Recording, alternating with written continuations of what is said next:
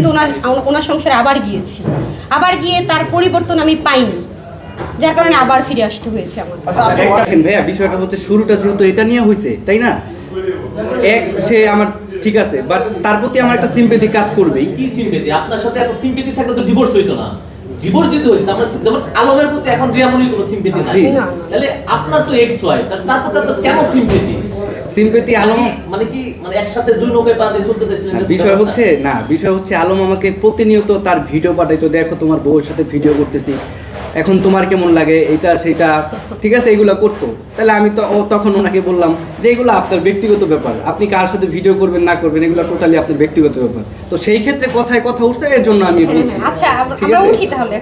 আপনারা কবে বিয়ে করছেন?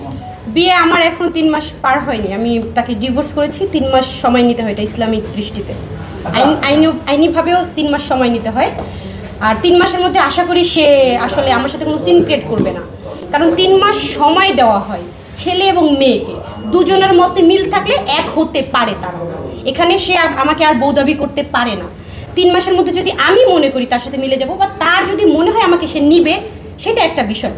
আশা করছি হিরো আলম আর আমার সাথে কোনো ঝামেলা করবে না। আচ্ছা, আপনি হিরো আলমকে না ম্যাক্স কবিকে ভালোবাসেন অ্যাকচুয়ালি, পরবর্তীতে যখন আপনার মিলেছে?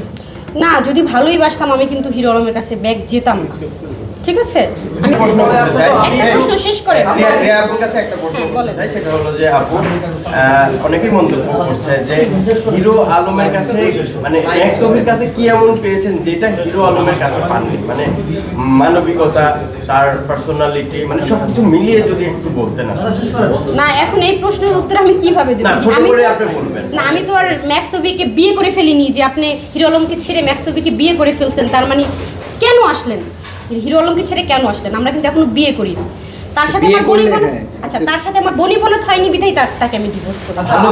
অনেকেই পরে আসছে, আপনি যে ওটা ডিভোর্সের পেপারসটা অনেকেই যে পাইছে পায়নি একটু দেখাবেন আসলে? হ্যাঁ, আমি আসলে আমার এখানে তো আমার সব মানে ঠিকানা দেওয়া আছে, তো আমি একটু এটা কিসের কাগজ? এটা আমি ওনাকে ডিভোর্স করেছি।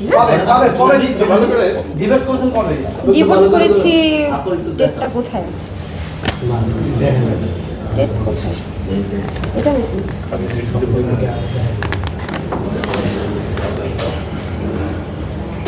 যে 8 তারিখে, 7 তারিখে। 7 তারিখে কখন? 7 তারিখে আমি তাকে ডিভোর্স করেছি। 7 তারিখে কখন এবং কোন জায়গা থেকে ডিভোর্স করেছেন? না, কোন জায়গা থেকে, এটা জায়গার তো নাম বলা যাবে না। আচ্ছা, আর রিয়ামনি আপনি বগুড়া, আমি একটু শেষ করে বুঝতে পেরেছি আপনার প্রশ্ন।